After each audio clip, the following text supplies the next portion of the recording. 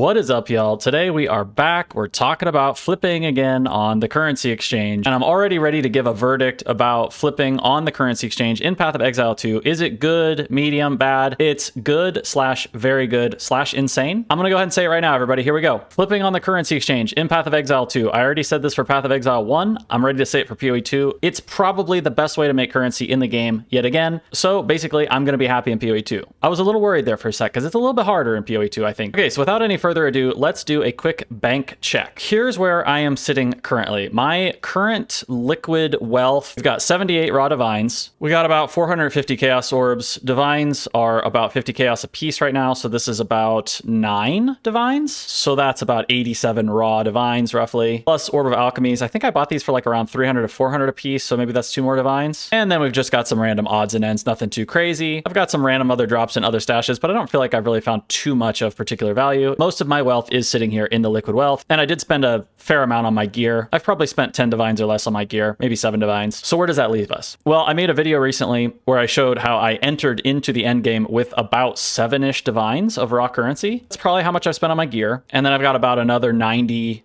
in liquid right now. Now you might be thinking to yourself, is this good? Is this bad? Is this really that great? Well, the thing to keep in mind here is my progress into the end game. Okay, I'm not no-lifing this game. I'm playing it like a snail or a slug at that kind of speed. This is my highest level character, level 79. Whoop-de-frickin-do. And it's basically the only character I've played. And if we look at my map progress on the right, you can see I'm at 2 out of 8 tier 8 plus maps completed. So how many maps have I done? How much have I played? We can basically tell how much I've played by my map completion status. Tier 1 through tier 5, it made me complete 10 of each map. So that's 50 maps that I did. And then it was 8 of tier 6s and tier 7s, so that's 16, and I've done 2 tier 8s. So if we add all that together, that's 68 total maps completed, and that's it. That's everything. That's all I've done. And then we come and look at my stash, and I've got, let's call it about 100 divines probably that I've made at this point. I've got a couple things sitting in the currency exchange right now. I've got a couple things that do have some value in my stash that I'm not showing. Let's just call it 100 divines. I'm playing in softcore. I did also mess up a couple maps every once in a while, but not that much. Maybe I died I don't know, maybe 10 times, mostly just getting into tier 1s. And I made some gold off of those times when I died, so why don't we just call it maybe 75 maps worth of maps that I've done? So I'm basically averaging 1 divine per map. I'm averaging a bit more than that. I also screwed up quite a bit in my flipping that I was doing on the currency exchange. I think I could have had a lot more. Could I have had maybe 150 divines if I hadn't made some pretty huge mistakes along the way? Yeah, I think that's probably possible. I think if you do everything perfectly efficiently, maybe you can get 2 divines per map. I'm averaging maybe 1.25 divines per map. So I think you just take your average player. If you basically watch all my flipping videos, you do everything I say, you learn how to do this, you play around with it for a while, I think we're probably looking at about 1 divine per map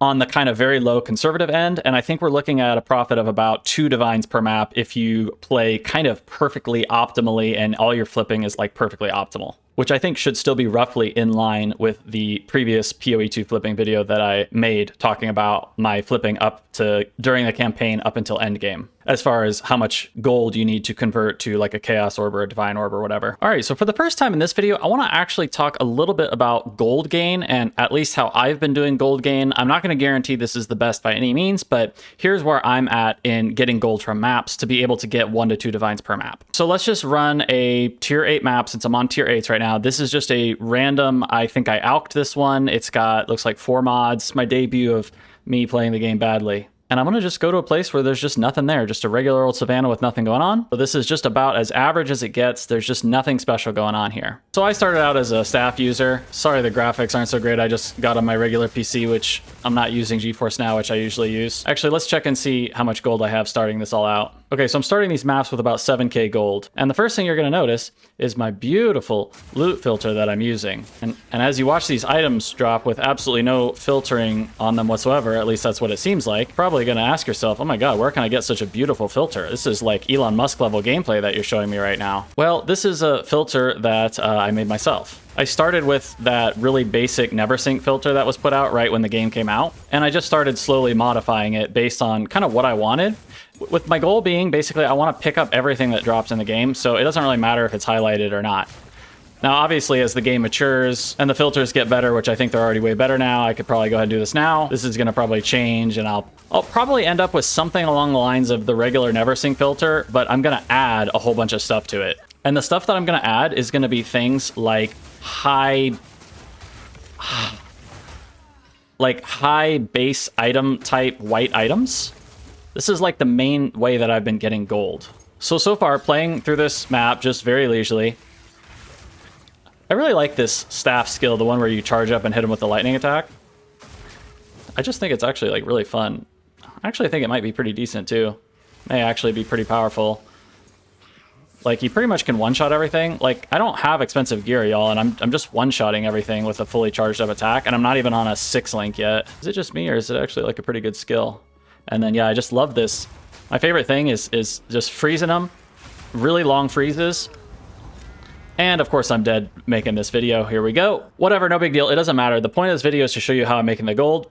So let's go ahead and do it. So here's where my inventory left off after, I don't know, what was that, like a quarter of the map or something? I've got about a half-filled inventory with a bunch of white items, some uncut support gems, which I could just filter out at this point. They don't matter anymore.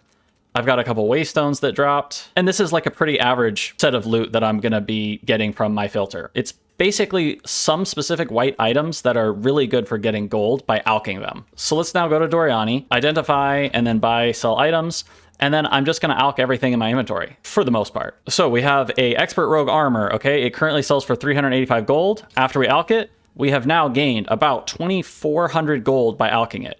Same thing here. Advanced full plate, 300 goes to 2,300. We got about 2k gold from alching it. Expert cowled helm, we got about 1,500. Shrine scepters are usually really good. So we go from 400, okay, to whatever, 1,600 gold. Two-handed maces are usually pretty good. We go from 300 to 2,300, so about 2k gold again. Here's something huge, actually. I've never sold a single map for gold. They're all sitting in my stash because I wasn't sure if I was going to maybe want them or need them for another character. I think I'm pretty much ready to sell them all at this point, though. And look at the crazy gold gain you get for every waystone that you drop. This is going to go from 1k all the way up to 4.5k. So that's 3.5k that I got from alching.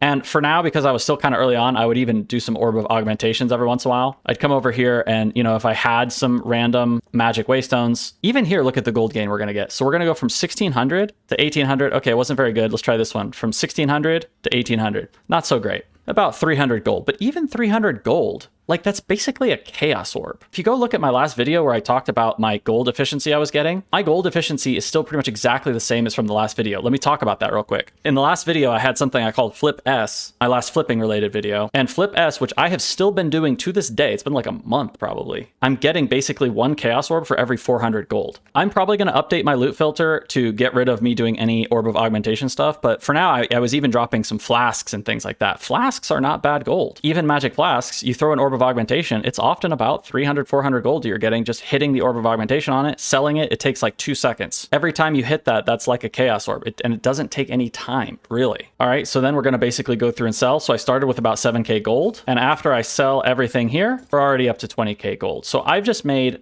13k gold. All right, here's my first waystone I've ever sold in this game so far. Boom, we got almost 5,000 more. We went from 7,000 to 24,000. That's 17k gold. That is almost a divine orb's worth of gold to now go flip on the currency exchange. This is huge. I spent probably 2 to 3 minutes, maybe 5 minutes tops in that map. All right, and then I'll just go bank a couple of these random things. I may update my filter to get rid of things like uncut level 3 support gems at some point, but for now, I just haven't dealt with it, mess with it. I'll go to my map tab and throw a couple of these maps in there, except they're low tier, so I'll throw them in my low tier maps, which I'm actually, so as you can see, these are all the maps that I'm just sitting on. All right, we're making this video. Let's go ahead and sell some of these maps. So these are a bunch of maps that I just alched. Whenever I would drop them, I would alch them. And here we go, 3,000, 3,000. Here's a random magic for 1,000, whatever, 3,000.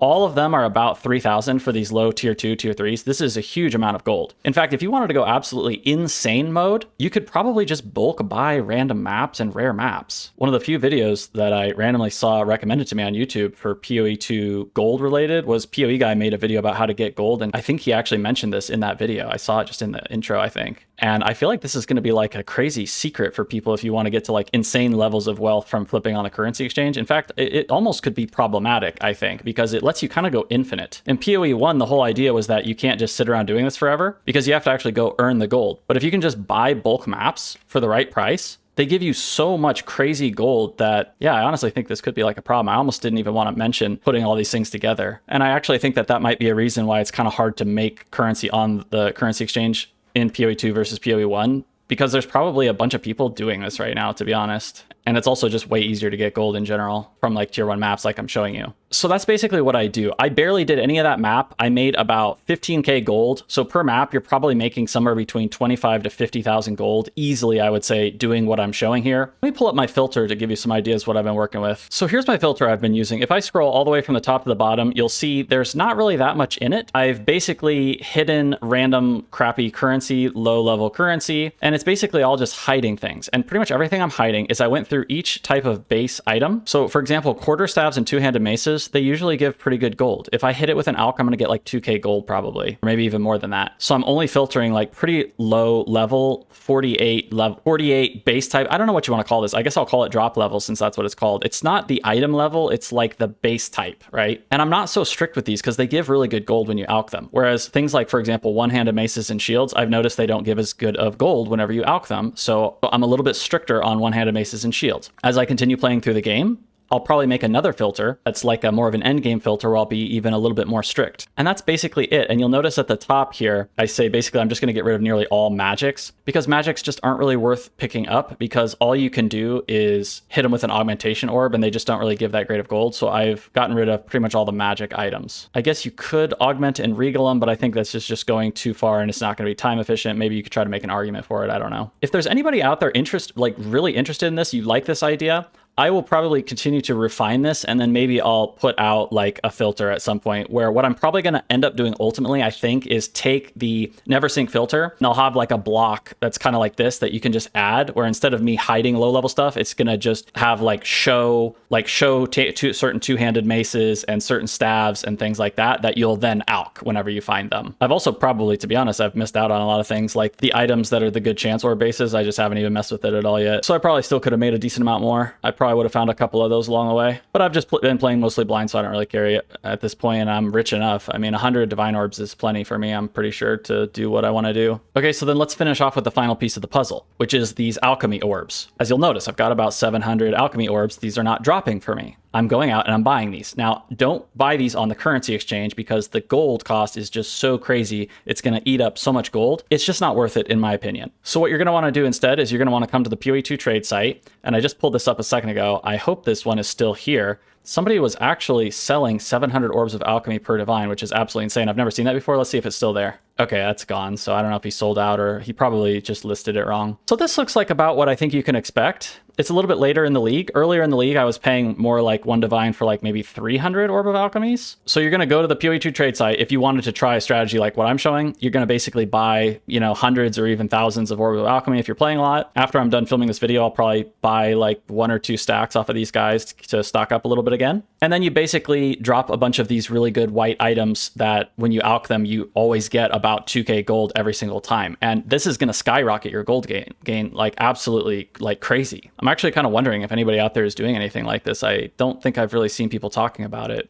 I don't know. Let me know in the comments what y'all think about this. And just remember, I'm not trying to say this is some kind of like amazing god tier strategy, but it's definitely working for me. And I do have a strong feeling that this will likely be the best because I don't really see how you can get a divine orb per map in tier 1, tier 2, tier 3 in any other way than this. At least so far, I could be wrong. All right, so if you're new to the channel, go back and watch some of my flipping videos. I have a whole playlist. If this type of way of making currency so efficiently in early tier maps is something that appeals to you, but you don't really understand what I'm talking about still, I've explained everything in full detail. And I think with that, that pretty much wraps up the video. Let me know any questions you have in the comments. I should be able to answer whatever questions y'all have. As always, I don't discuss specific flips, at least especially in Path of Exile 2, because they're kind of hard to find. So I'm not going to say specifically which items I've been flipping, but if you do the work, you should be able to find some. And if you go back through my old videos, it should help you figure out how to do that if you really have no clue what's going on here. Feel free to subscribe and like and all that if you enjoyed the video, if you got something out of it. I'm going to keep working on honing these strategies. And so I think you can pretty much expect future videos to have this in a more honed state for you, possibly even including an actual loot filter, or I may make a video talking about like how to modify the Neversink filter. If y'all are interested in that, let me know in the comments and I'll think about that. And with that, I'm going to actually get back to playing the actual game and try to start getting into some endgame and have some fun here. I'm looking forward to starting to get in and actually fight some bosses and doing some tier 15s. I'm actually looking forward to it. I think the game is very fun. I think the game is in a good state. I think it's very fun. It's missing content, obviously, but that's something that will just